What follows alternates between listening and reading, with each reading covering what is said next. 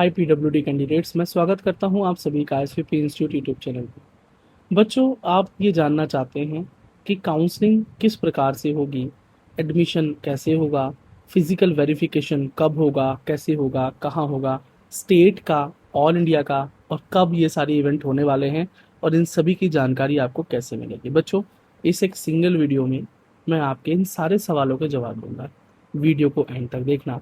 इसके अलावा अगर आपके कोई सवाल रह जाते हैं तो कमेंट सेक्शन खुला है। इसके अलावा हमारा Instagram, Telegram, WhatsApp number, WhatsApp group, सब कुछ इस वीडियो के डिस्क्रिप्शन में गिवन है, तो वहाँ से आप हमसे जुड़ सकते हैं। चलिए मैं शुरू करता हूँ बच्चों। सबसे पहले नीट रिजल्ट्स अनाउंस हो चुके हैं।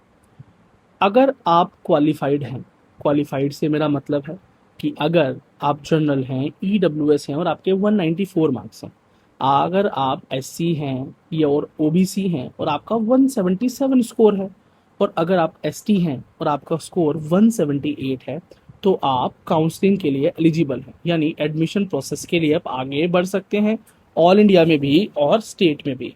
एमबीबीएस के लिए भी, बीडीएस के लिए भी, नर्सिंग के लिए भी, Ayush courses like BAMS, BUMS, BHMS के लिए भी, और आप चाहें तो वेटनरी साइंस, बीवीएससी के लिए भी आगे काउंसलिंग में यानी एडमिशन प्रोसेस में पार्टिसिपेट कर सकते हैं। आगे होने वाली सभी प्रक्रिया ऑनलाइन ही होंगी, ऑफलाइन नहीं होंगी। सिर्फ एक प्रक्रिया ऐसी है जो कि स्टेट में भी और ऑल इंडिया में भी वेरिफिकेशन जिसे कहते हैं वो होगी ऑफलाइन, यानी आपको खुद जाना पड़ेगा निश्चित सेंटर्स पर और वहां जाकर अपनी डिसेबिलिटी की जांच करानी होगी। मैं अभी इस प्रोसेस के बारे में और आगे जानकारी दे देता हूँ, लेकिन यहाँ पर एक एक्सेप्शन है। देखिए, आप साइंस स्टूडेंट हैं, आप जानते हैं कहीं ना कहीं एक आध एक्सेप्शन छुपा होता है, यहाँ भी है। तो एक ऐसा राज्य है जहां पर यह प्रोसेस भी ऑनलाइन होता है, और वो एकमात्र राज्य पूरे भारत में जम्मू एंड कश्मीर है।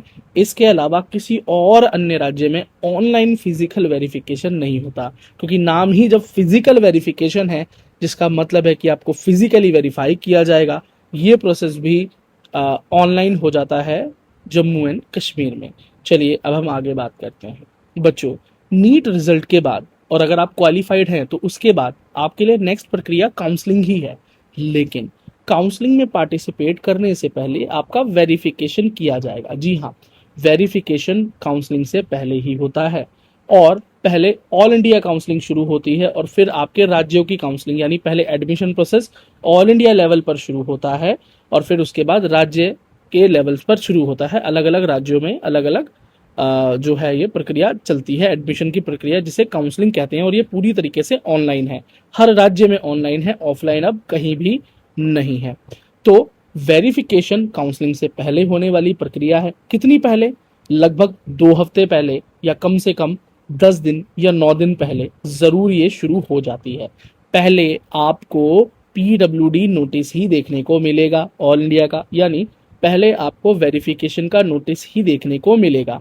ये कहाँ देखने को मिलेगा?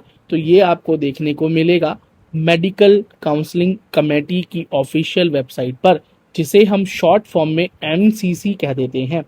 अब तक आपने जितनी भी प्रक्रिया की, नीट फॉर्म भरना, एडमिट कार्ड डाउनलोड करना, उसके बाद अपना रिजल्ट देखना, ये सारी प्रक्रिया आपने एनटीए वेबसाइट पर की। इस बार तो रिफंड की प्रक्रिया भी की आपने, एनटीए वेबसाइट पर की, नेशनल टेस्टिंग एजेंसी की नीट वेबसाइट पर आपने ये सारे काम किए। लेकिन अब वहां से हटकर अब आप जाएंगे एमसीसी वेबसाइट पर, अगर आप ऑल इंडिया काउंसलिंग में पार्टिसिपेट करते हैं तो, ठीक है, जो है मेडिकल काउंसलिंग कमेटी। तो सबसे पहले आपको पीडब्ल्यूडी नोटिस इस ही वेबसाइट पर देखने को मिलेगा।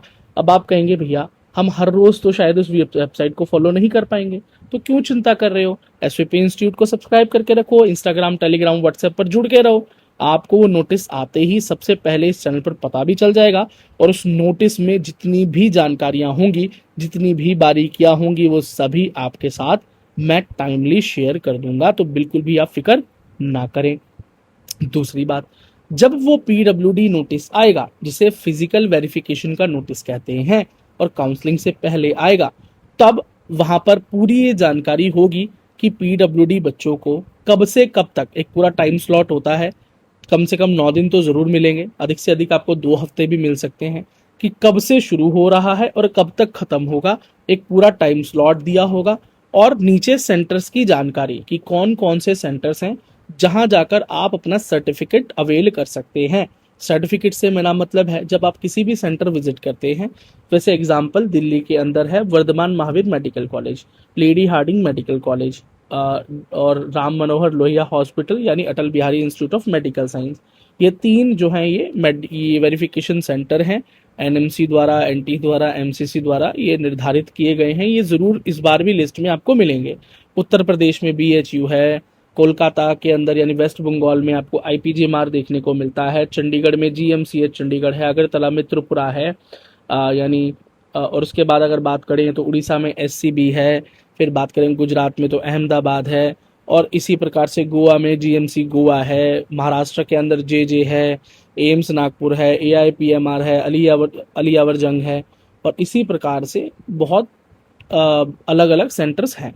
तकरीबन आपको 30 प्लस सेंटर्स की लिस्ट इस बार मिलने की पूरी आशंका है, संभावना कहूंगा तो ज्यादा सही शब्द होगा। उन सेंटर्स में से किसी भी सेंटर पर जो भी आपको करीब पड़े और जिस सेंटर में आपकी डिसेबिलिटी की जांच हो रही हो, ये बात भी इंपॉर्टेंट है। हर सेंटर में सभी डिसेबिलिटीज की जांच नहीं होती। जैसे वर्धमान महावीर मेडिकल कॉलेज दिल्ली में लो विजन की जांच नहीं होती है, तो वो बच्चा लेडी हार्डिंग मेडिकल कॉलेज या आरएमएल जा सकता है अगर दिल्ली में ही वेरिफिकेशन कराना है। इसी प्रकार से वहाँ सेंटर्स की जानकारी भी होगी। सेंटर से कांटेक्ट करने के लिए शायद मेल एड्रेस भी आपको दिया जाए, शायद ना दिया जाए, इसकी कोई गारंटी नहीं है। लेकिन कौन कौन सी डिसेबिलिटीज वहाँ चेक होंगी की जानकारी आपको वहाँ देखने को मिलेगी, और एक टाइम स्लॉट मिलेगा। तो ये नहीं है कि आपको पहले ही दिन जाना है और पहले ही दिन भागना है, कोई रेस है, नहीं। आप दूसरे दिन भी जा सकते हैं, तीसरे दिन भी जा सकते हैं, आप चौथे दिन भी जा सकते हैं। वो समय इसलिए दिया होता है, जो समय आपको अधिक दिया जाता है, क्योंकि कुछ पीडब्ल्यूडी कैंडिडेट्स लद्दाख में भी रहते हैं, नागालैंड में भी रहते हैं, ठीक है, और उसके बाद मणिपुर में भी रहते हैं, ठीक है, रिमोट एरियाज में रहते हैं। कुछ जम्मू कश्मीर के बच्चे जहाँ टेम्परेरी सर्टिफिकेट की जांच नहीं होती, तो वो टेम्परेरी सर्टिफिकेट होल्डर्स वाले जो होल्डर्स हैं वो ऑल इंडिया के सेंटर्स की तरफ मूव करते हैं, तो बच्चों को रीलोकेट करना पड़ता है। और अधिकतर बच्चे प्लेन तो अफोर्ड नहीं कर सकते, तो वो बाय ट्रेन, बाय बस, बाय रोड आने की कोशिश करते हैं, जिसमें कि समय लगता है। और इस सब समय यानी सेंटर तक पहुंचना, फिर सेंटर पर जाकर अपॉइंटमेंट बुक करना, यानी आपको सेंटर पर जाना होता है और वहां पर इजाजत मांगनी होती है, एप्लीकेशन सबमिट करनी होती है, या कुछ जगह पर फॉर्म होता है, फॉर्म भरकर डालना होता है। आप एप्लीकेशन डालते हैं कि हम यहाँ पर अपनी नीट यूजी की वेरिफिकेशन कराना चाहते हैं डिसेबिलिटी की, तो आप कीजिए। तो वहां पर आप अपना फोन नंबर, ईमेल एड्रेस छोड़ते हैं, फिर वो आपको कुछ दिन बाद ईमेल एड्रेस या फोन नंबर पर कॉन्टेक्ट करके बुलाते हैं, और फिर आपका वेरिफिकेशन होता है, और आपको एक अलग से सर्टिफिकेट इशू करके दिया जाता है, जिस सर्टिफिकेट पर आपकी नीट यूजी की डिटेल्स, आपका फोटोग्राफ जो कि आपने फॉर्म में अटैच किया था, इसके अलावा आपकी डिसेबिलिटी की टाइप, डिसेबिलिटी परसेंटेज, और फिर डॉक्टर्स द्वारा फाइनल कंक्लूजन ये दिया जाता है कि ये बच्चा पीडब्ल्यूडी कैटेगरी के लिए जो है वो एलिजिबल है और एमबीबीएस बीडीएस काउंसलिंग के लिए आगे प्रोसीड कर सकता है। या दूसरा केस भी हो सकता है कि वो आपको पास ना करें और वहां लिखें कि ये बच्चा पीडब्ल्यूडी कोटा के लिए एलिजिबल नहीं है। कुछ भी रीजंस हो सकते हैं, पास होने के भी, फेल होने के भी, उस पर हम बहुत डिस्कशन करते ही रहते हैं, तो ये वीडियो उस टॉपिक के ऊपर नहीं है। अब आगे बढ़ें, तो अगर आपको एलिजिबिलिटी का सर्टिफिकेट मिल जाता है तो उसके बाद आप अपने घर जाएं, और घर जाने के पश्चात आपको फिर जो काउंसलिंग का नोटिस फिर तुरंत आ ही जाएगा आपकी फिजिकल वेरिफिकेशन के दौरान या एंड में। फिर आप अपने काउंसलिंग के लिए खुद को रजिस्टर कर लें। काउंसलिंग के लिए रजिस्टर करने के लिए पहले आपको 500 रुपए की रजिस्ट्रेशन फीस पे करनी होगी ऑल इंडिया काउंसलिंग में, और 5,000 रुपए एज ए सिक्योरिटी अमाउंट जमा करना पड़ेगा। ये सिक्योरिटी अमाउंट आपको काउंसलिंग अंत होने के बाद, कॉलेज मिल जाने के कुछ महीनों बाद वापस आपके उसी बैंक अकाउंट में मिल जाएगा जिस बैंक अकाउंट से आपने उस सिक्योरिटी अमाउंट को पे किया था। तो कोशिश करें कि अपने ही अकाउंट से पे करें और दूसरे के अकाउंट से ना करें, क्योंकि कई बार दूसरों के अकाउंट्स में पैसे आते हैं तो उनसे कन्वर्सेशन करना इतना आसान नहीं होता। इंपॉर्टेंट बात तो यह है कि कई बार बच्चों का रिफंड आता ही नहीं, और हमारे और दूसरों के बीच में फिर इस प्रकार की स्थिति पैदा होती है। हमें लगता है कि रिफंड आया है और वो देना नहीं चाह रहे, तो अपना ही अगर आप अकाउंट का इस्तेमाल करें तो इससे इस प्रकार की मिसअंडरस्टैंडिंग कभी भी डेवलप होगी ही नहीं। और अगर रिफंड आया, जो कि आ जाता है, तो फिर मोस्टली केसेस में, कुछ केसेस में नहीं भी आता, तो वो आपको आपके अकाउंट में प्राप्त हो जाएगा। ठीक है, चलिए बच्चों, उसके बाद फिर आप चॉइस फिलिंग करेंगे। चॉइस फिलिंग से मेरा मतलब है जो कॉलेजेस की सीट मैट्रिक्स आएगी, सीट मैट्रिक्स आने के बाद वहाँ पर कॉलेजेस में आगे कॉलेजेस के नेम होंगे, कॉलेज में अवेलेबल सीट्स होंगी, कितनी सीटों के साथ ये काउंसलिंग में आया है, और उन कॉलेज के अंदर आपकी कैटेगरी सब कैटेगरी की सीट है या नहीं। आप जनरल पीडब्ल्यूडी हैं, ईडब्ल्यूएस पीडब्ल्यूडी हैं, एससी एसटी ओबीसी पीडब्ल्यूडी हैं, तो अपनी कैटेगरी सब कैटेगरी की वहां पर सीटें देख लेना, और जिस कॉलेज के अंदर आपकी सीट्स अवेलेबल हो उन कॉलेजेस को आप अपनी सीट प्रेफरेंस लिस्ट में भर सकते हैं। हम अपने सबसे पसंदीदा कॉलेज को ऊपर भरते हैं, फिर उसके बाद अगर हम चाहें कि चलो उसके बाद ये मिल जाए, फिर उसके बाद अगला, फिर उसके बाद अगला, इसी प्रकार से हम अपनी लिस्ट बनाते हैं। रैंक बहुत अच्छी है तो लिस्ट को छोटा रखते हैं, रैंक ज्यादा खास नहीं है तो लिस्ट में थोड़े अधिक मेडिकल कॉलेजेस को डाला जाता है।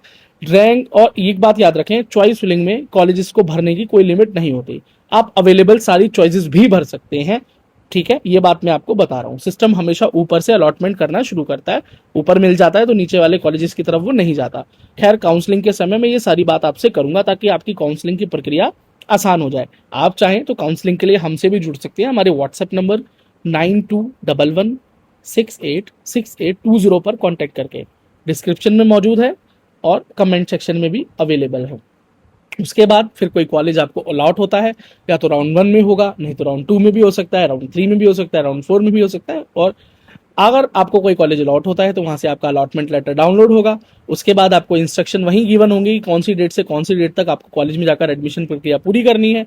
फिर आप अपने कॉलेज विजिट करते हैं, वहां जाकर अपने ओरिजिनल डॉक्यूमेंट, जो कि पूरी लिस्ट मैंने अलग से एक वीडियो बनाकर डाल रखी है, वहां पर जमा कराते हैं। उस डिसेबिलिटी सर्टिफिकेट को जो कि सेंटर से आपको मिला था वो भी साथ में लेकर जाते हैं और वहां सबमिट करते हैं, अपनी फीस सबमिट करते हैं।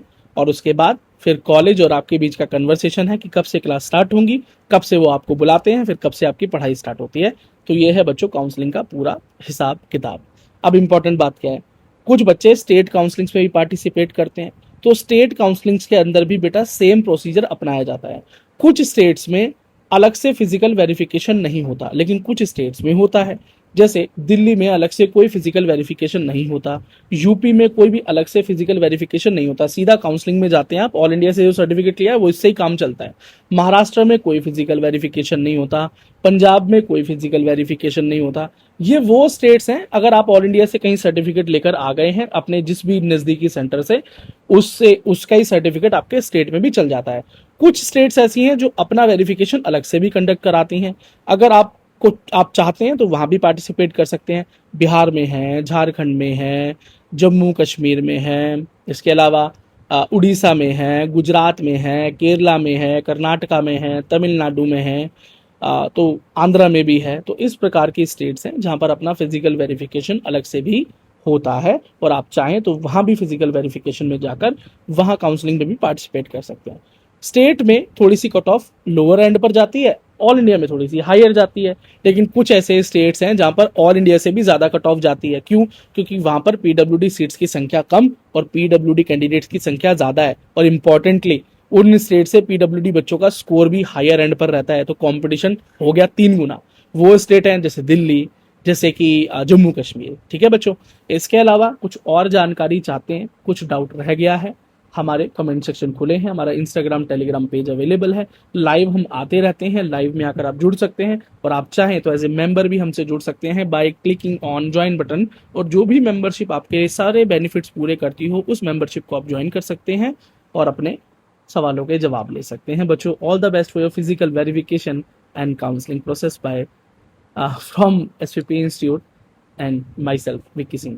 आप चाहें तो मुझे भी इंस्टाग्राम पर फॉलो कर सकते हैं, दा विक्की सिंह मेरा आईडी है, डिस्क्रिप्शन में मौजूद है, लेकिन वहां पर just to support myself, just to connect with me, बाकी सवालों के लिए एसवीपी इंस्टीट्यूट के सभी लिंक्स आपके पास मौजूद हैं बच्चों।